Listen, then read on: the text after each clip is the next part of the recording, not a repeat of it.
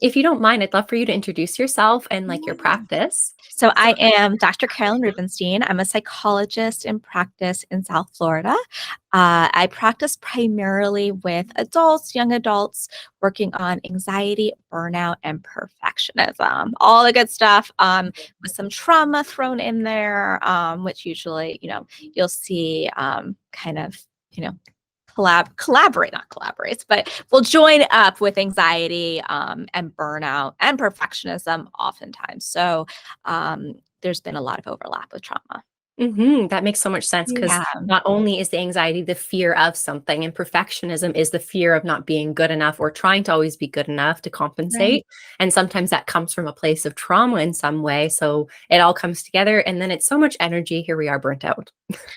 Exactly, right. I think we're all, even without the trauma, I think throughout, the past couple of years, our world has experienced collective trauma. And so we have, I think everyone at this point is feeling a sense of burnout. And together, that just creates this general sense of anxiety in Mhm. the air, which I feel like people are catching and it's contagious and it doesn't feel very good. So For um sure. definitely seeing more and more of that in my Mhm. practice, which I love. I love. And how would you categorize burnout different from just being tired? Oh my goodness, right? I think burnout, a huge part of it is that physical exhaustion, that emotional exhaustion that you feel. That's really one component. I really like to look at it in three components. So you've got that Mhm. emotional exhaustion, then physical fatigue. Then the second part is really feeling really cynical and detached. So just a feeling like nothing you do really matters, feeling isolated from others. So little different than just the physical exhaustion. And then the third piece is just feeling a decreased sense of accomplishment. Like you are working and working or doing and doing, and nothing really seems to be making a difference. And Mhm. so, oftentimes, with perfectionism in the mix, I often will see people at that point when they start to notice a difference in their performance or their productivity versus they're so exhausted, they're physically tired, they are having chronic illnesses, they're completely detached, completely isolated, but it's not until the performance goes down that I'll see them in my office. So it's interesting. Yeah, it's like that so far gone experience, right? And it's not only that tiredness, it's so many other things like the reduced performance and things. It Yeah. makes me think of this term quiet quitting. Have you heard Oh, that? goodness. Have I heard that? Yes. I feel like that is the buzzword right now. Quiet quitting, Mhm. which I like to think of as healthy boundaries, right? Like people are learning healthy boundaries, Mhm. which is like the end of the day, we kind of turn things off and we kind of create a sense of, checking out and having boundaries. I think that there might be some sense of like, there's obviously different ways that the term now is being used, but I think some people are like, I just don't care anymore, mentality of like, Mhm. I'm burnt out. But I think some people, it's a way of being like, I'm going to actually just turn off everything and detach Mhm. from it, which can be really healthy. Yeah, for sure. And the way that I also conceptualize it is doing the bare minimum at work. So Mm. you're quietly quitting your job, but you're still actually at your job. And so you're not fully engaging to your full potential. And I Oh, also see it as more of a subconscious choice rather than a conscious choice.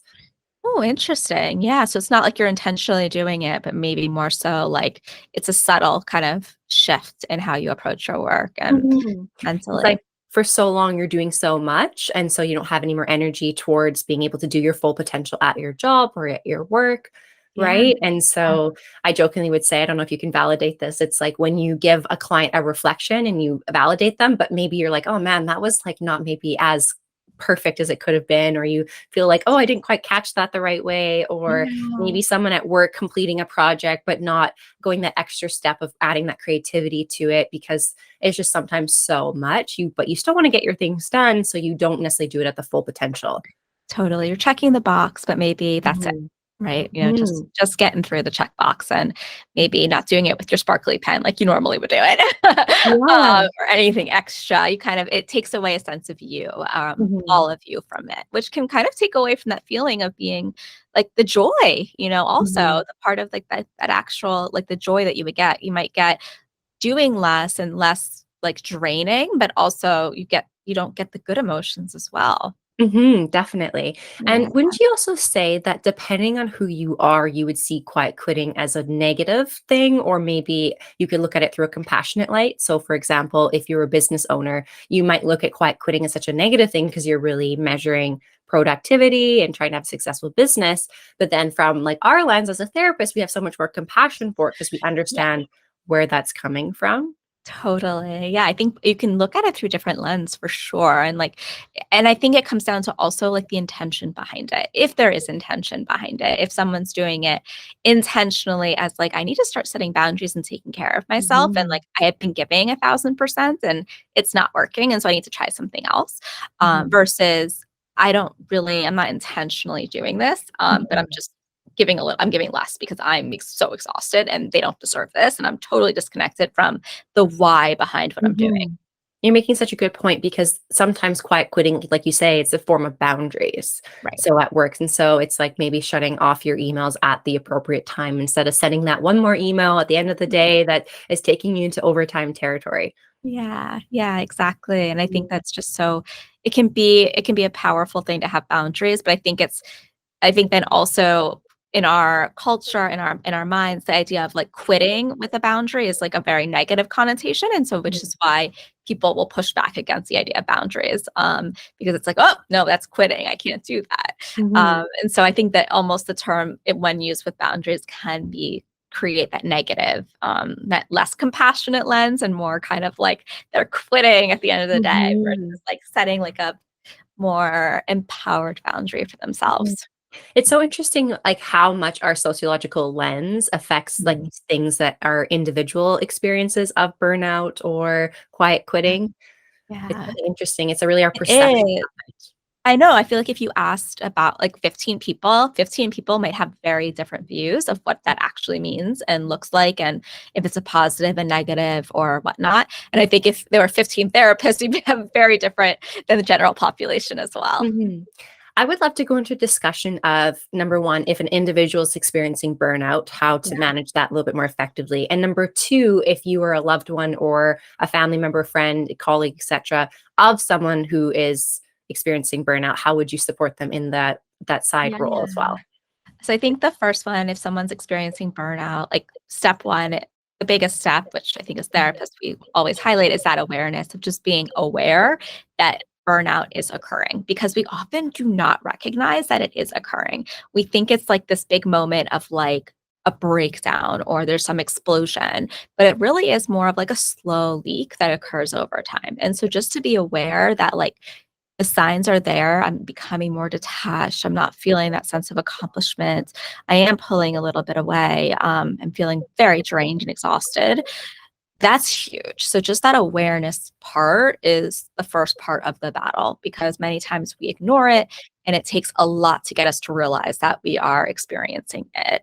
Personally, I went through burnout and it took me getting to the point of being like very physically ill to be like, oh, now I'm burnt. I'm experiencing burnout. Like now I get it because my body is telling me. Um, and so I think when we are experiencing burnout, we often will think, look out. Like, what can I change outside of me? I need to quit my job. I need to go on vacation. I need to take a leave of absence. I need to do all these things.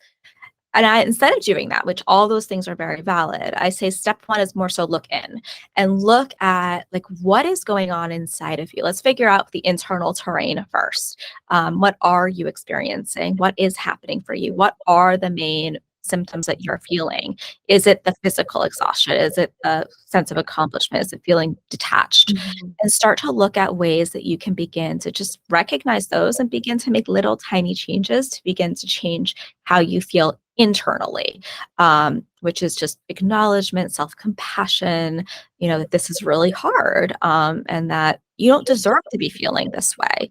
And obviously, we're doing this podcast, a lot of people feel this way. So we're all connected, Mhm. especially right now through this experience. So, really being able to recognize that element and looking at what things really drain you. What are the things that will make you feel more depleted, more exhausted, more detached, more just like you're not getting anything done? What are those things for you? And I'll talk a lot about with my clients, like auditing your calendar, just looking at it day by day.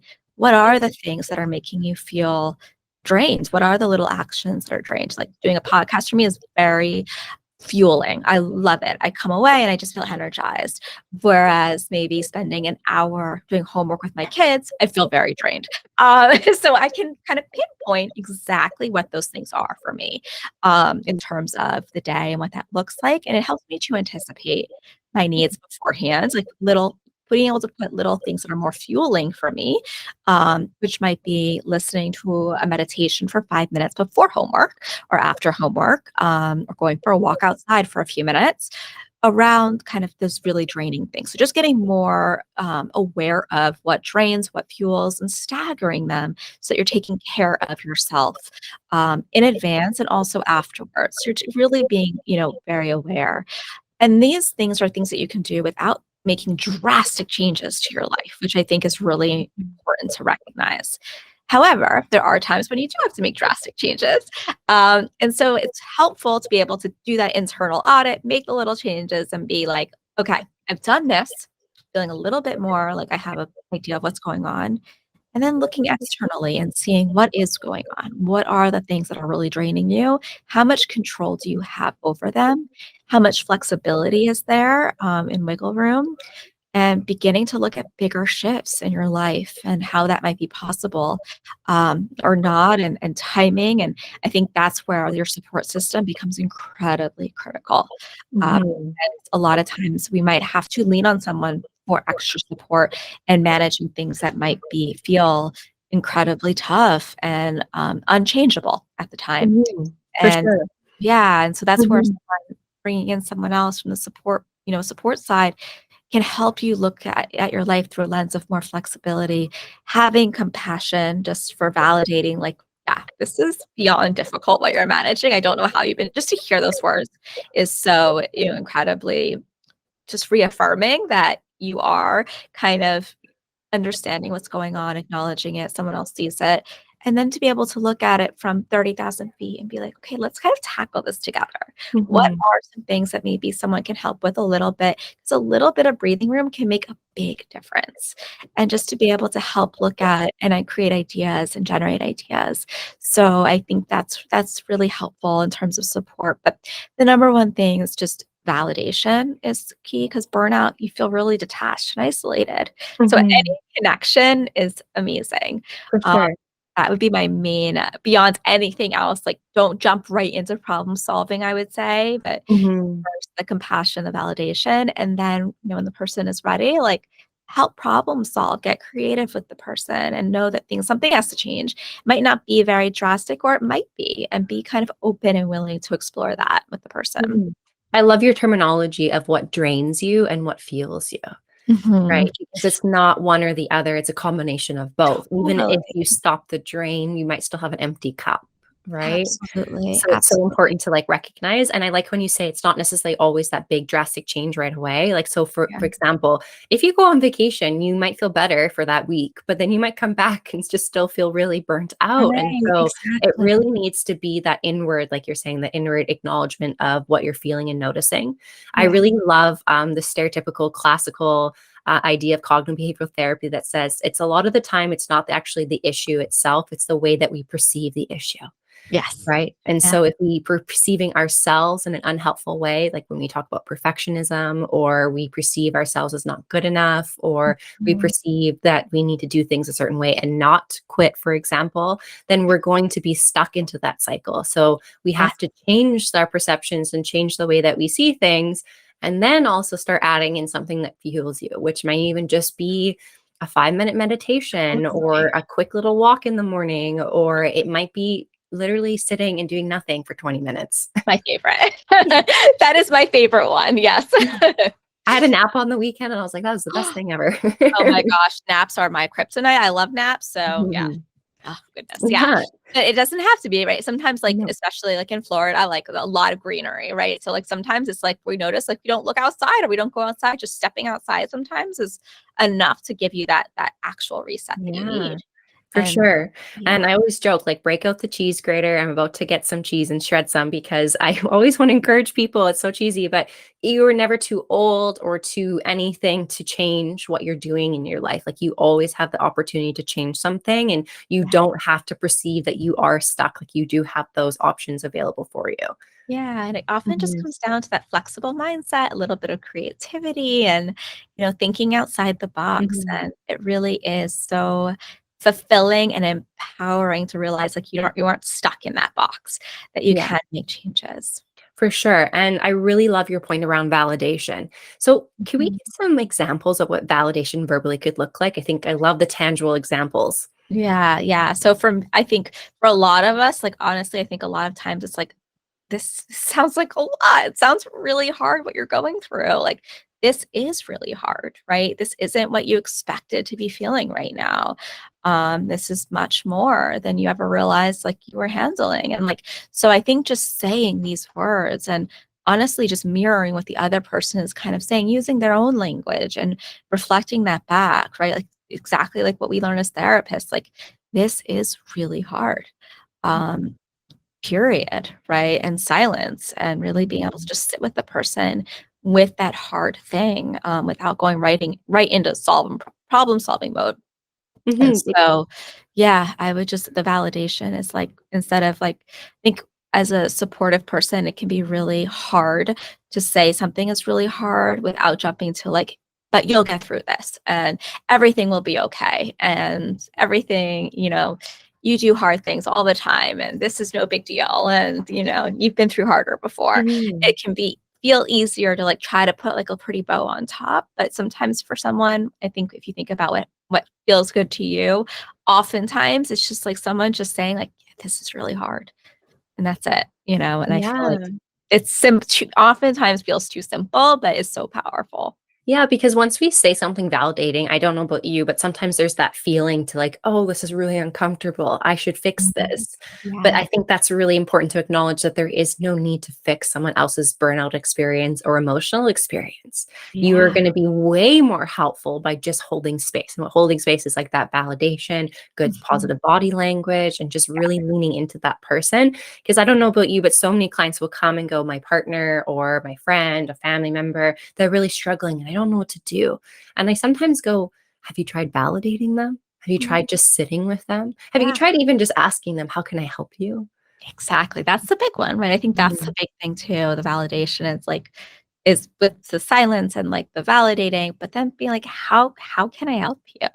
And sometimes, like, that can feel like a loaded question at times for people because they don't know, and that can feel like, "Oh, I don't know how to help," but that's I think just knowing, like, and telling the person that you're willing whenever they do know or do want help, like, you are there to support them.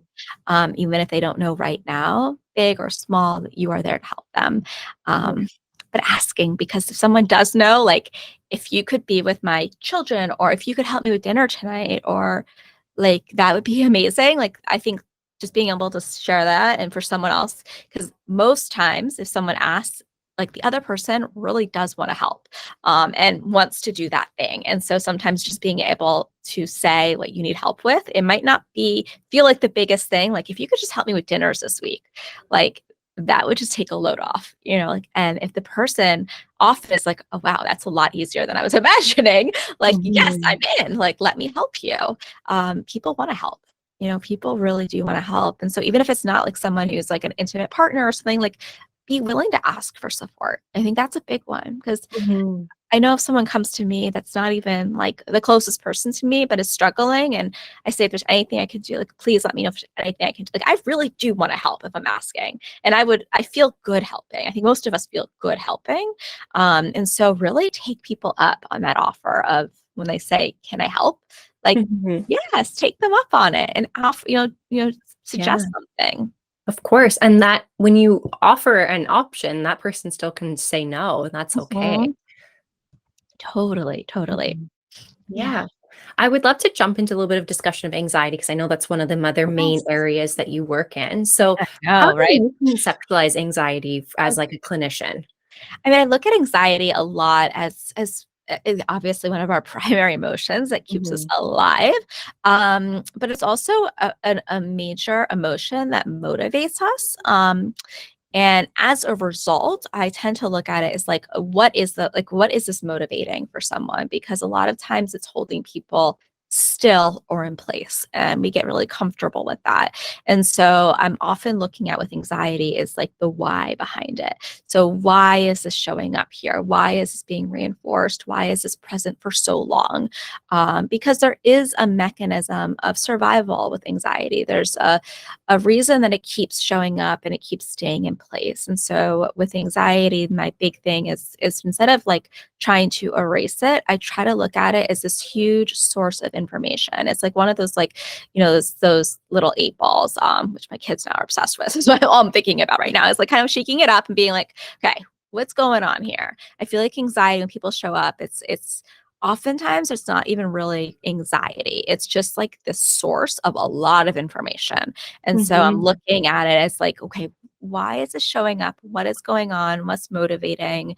And let's kind of dig underneath the surface a little bit. From a more CBT perspective, right, I'm going to look at like the core beliefs fueling it, and we'll look at the evidence and all of that, and if it is truly anxiety, but sometimes Mhm. it's not. Sometimes there's other things going on, and anxiety for people has become really comfortable. And so if we have to resort to anything, we'll often kind of cling to anxiety. There might be sadness, there might be loneliness, there might be a lot of other things going on, but I feel like anxiety tends to be something that we've become as a society a little bit more comfortable talking about. So it's often something that we'll kind of bring up first. And I think of it as just like the first layer on a cake, and we'll kind of like we'll dig in, and sometimes it's the only layer. Sometimes it is the primary emotion, but oftentimes it's going to lead us to maybe specific types of anxiety or specific types of triggers or panic or things like that.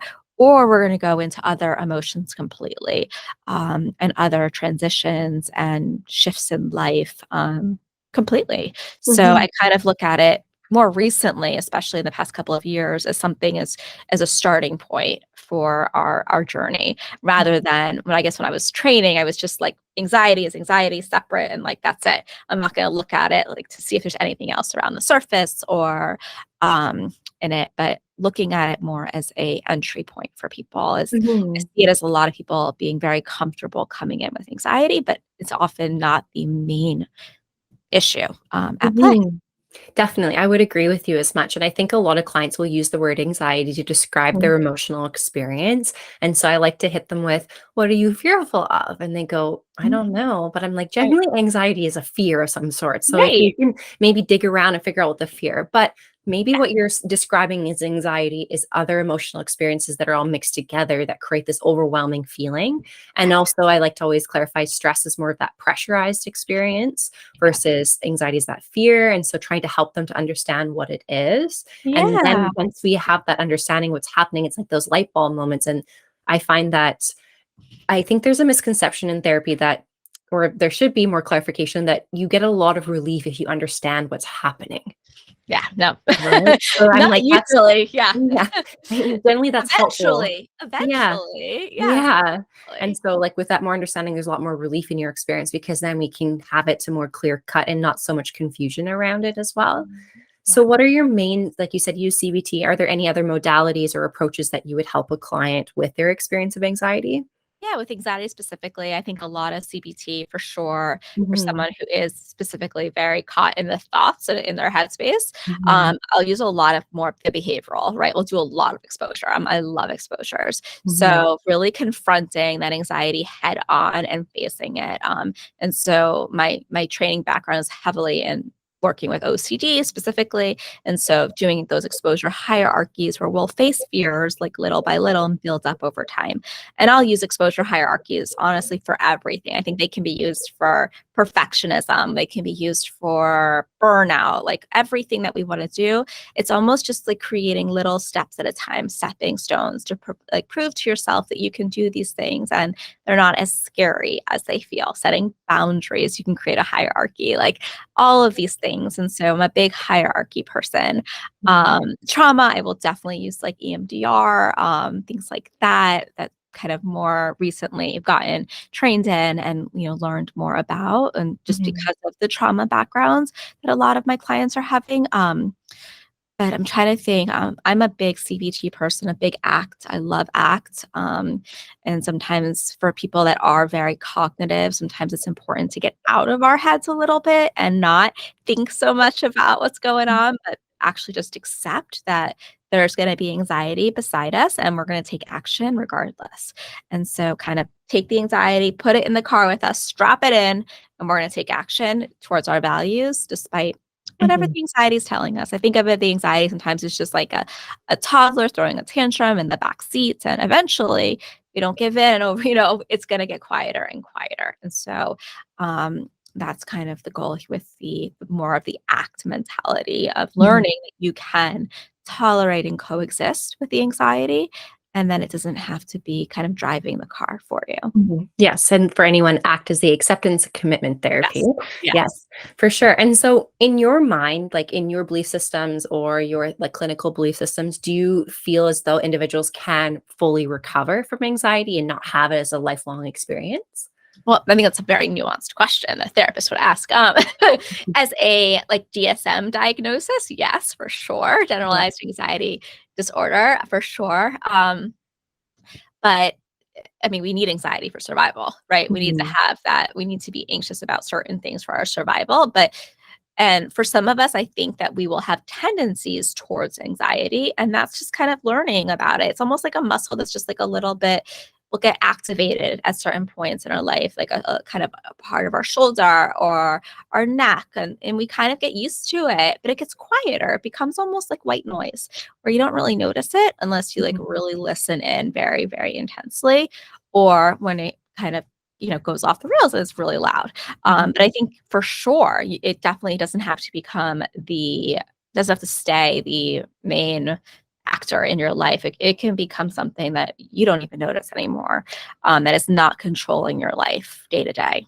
Mhm. I would agree with you. I think sometimes we can get triggered or we can have some anxious experiences, but they don't have to be long term. They can be Right. very short and momentary, and we Yeah. can live in a lot more comfort. And I agree with you. We do need some fear because if we weren't afraid, we wouldn't look for a Yeah. person crossing the street.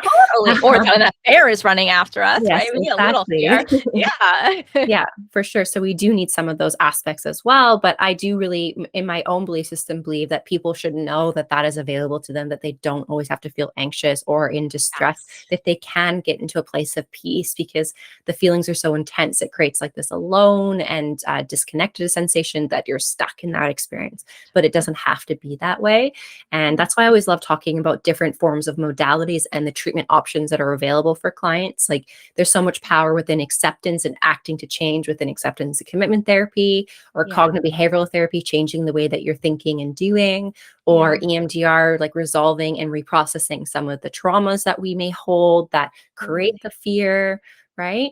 So Yeah. there's so many different options for clients, and I always try and help clients not be in the dark about what different modalities or ways that they Oh, would yeah. like to align with treating or managing their emotional experiences. Yeah, I think it's so empowering to learn that there isn't, 'cause I Mhm. think people just think, "Oh, therapy is just talking." There's so many, it's almost like ice cream flavors. There's so many flavors out there, and there's dairy free, and there's all these different, types and Yeah. for different people, and it's like really learning. And I think that's when you're working with a therapist, like I think all therapists, regardless of training, that's you typically know an overview of the different modalities. Like that is a basic in therapy training. And so a therapist should be able to talk someone through, like if someone's coming in with something and they're not trained in it, like they should be able to recommend and be like, this is the most recommended treatment for this, and kind of be able to explain a little bit about it and help the client to make an informed decision. So I would encourage most clients as well to definitely ask questions if you're like not jiving with the client with a therapist like modality, to ask if there are other modalities. It's not outside the realm to ask and to be informed.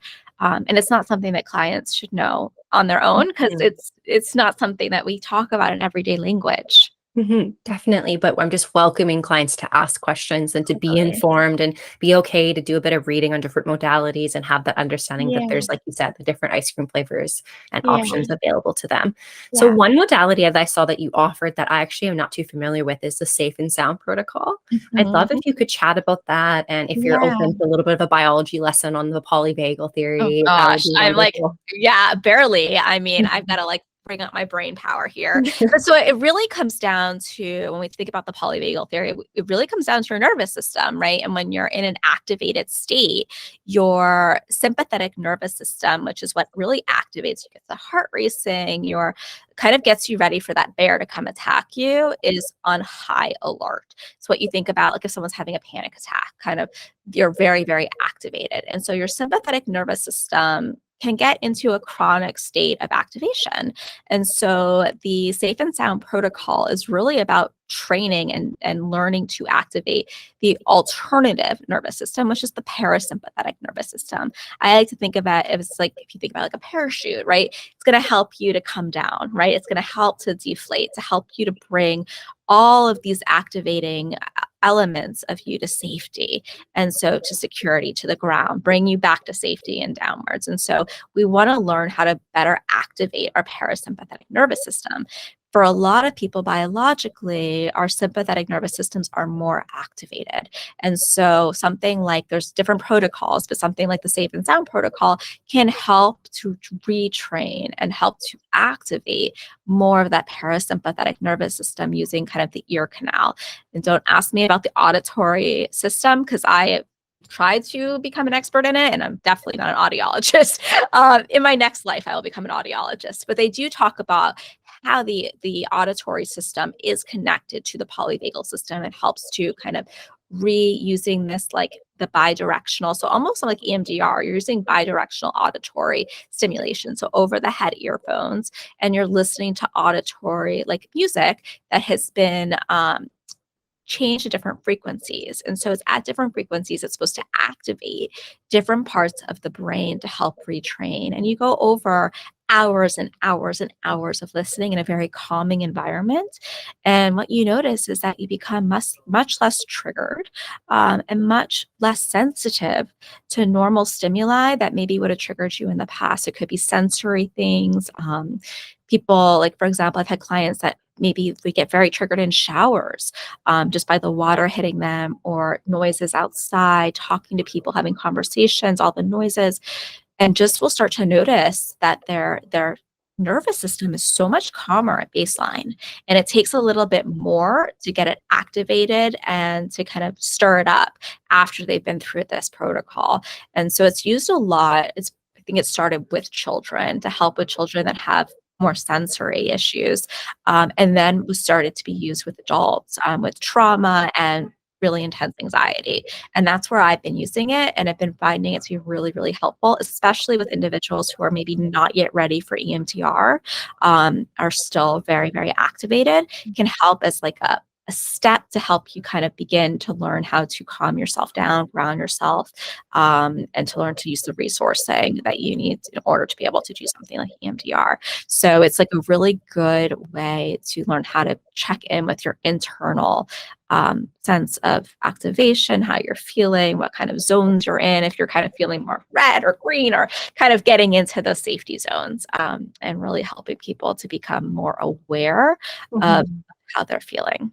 Is it more of like that state change support from like a hypoarousal to the state of Kind calm? of, yeah, and I wouldn't say that you ever really get the whole point of the program is you don't really wanna get into hypoarousal, so you don't wanna get too, activated through it, so it's a lot of, like, you do it with your therapist, you have to get very good at recognizing when you're going into that state, pausing, grounding, and then going back into the protocol, and so there is a lot of back and forth in the beginning, which I think is really powerful, to learn. So someone who's very, very activated, you're not going to do it during, let's say, a panic attack.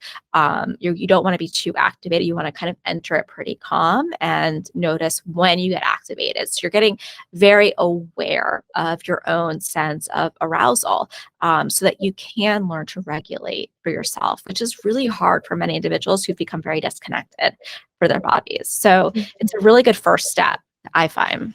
Interesting. And so it's something that the client and yourself would only do in session, or would they listen to any of these auditory tones individually as well? I tend to do it in session, just because it is, especially in the beginning, it can be activating, and I wanna make sure they're pausing because a lot of people will just power through, and Mhm. that's not really doing much. So, I'll let people kind of listen to it if they wanna go through it, like, a second time after the first round, but most of the time, the first, we're going slowly, through it, and really just Mhm. depends.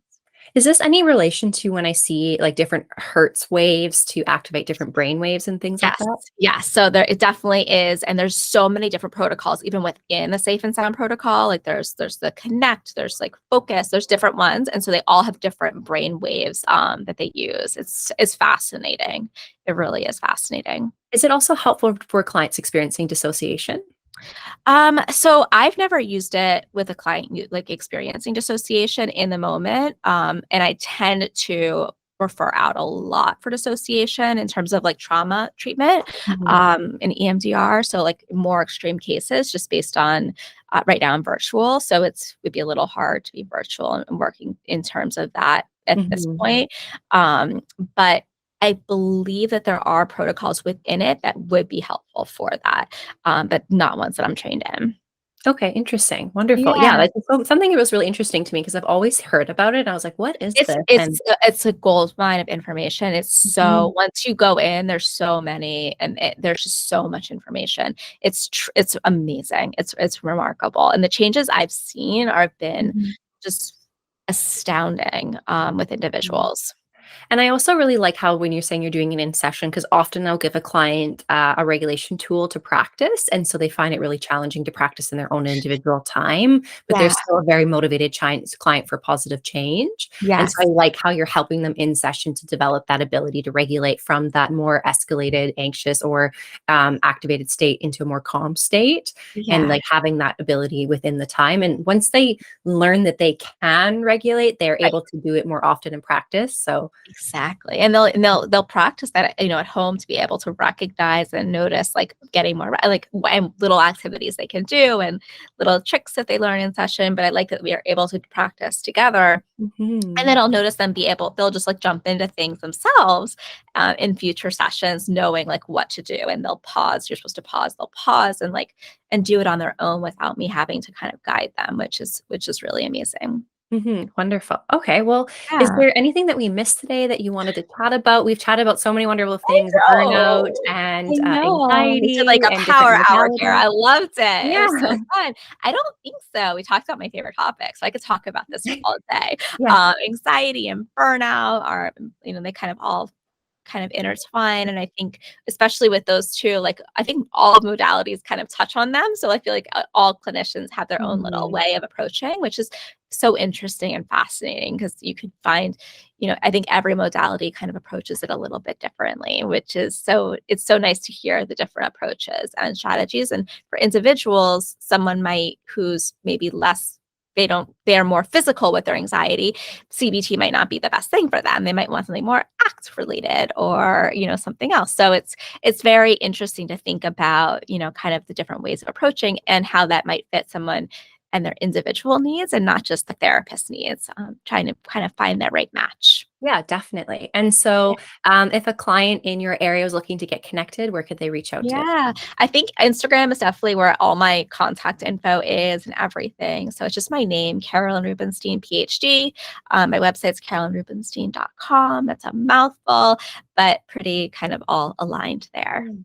Well, I really, really appreciate your time and Thank coming on you. today. It's so Thank lovely to meet you. you. Have a good rest of your day. You Thank too. you. Okay, Bye. bye.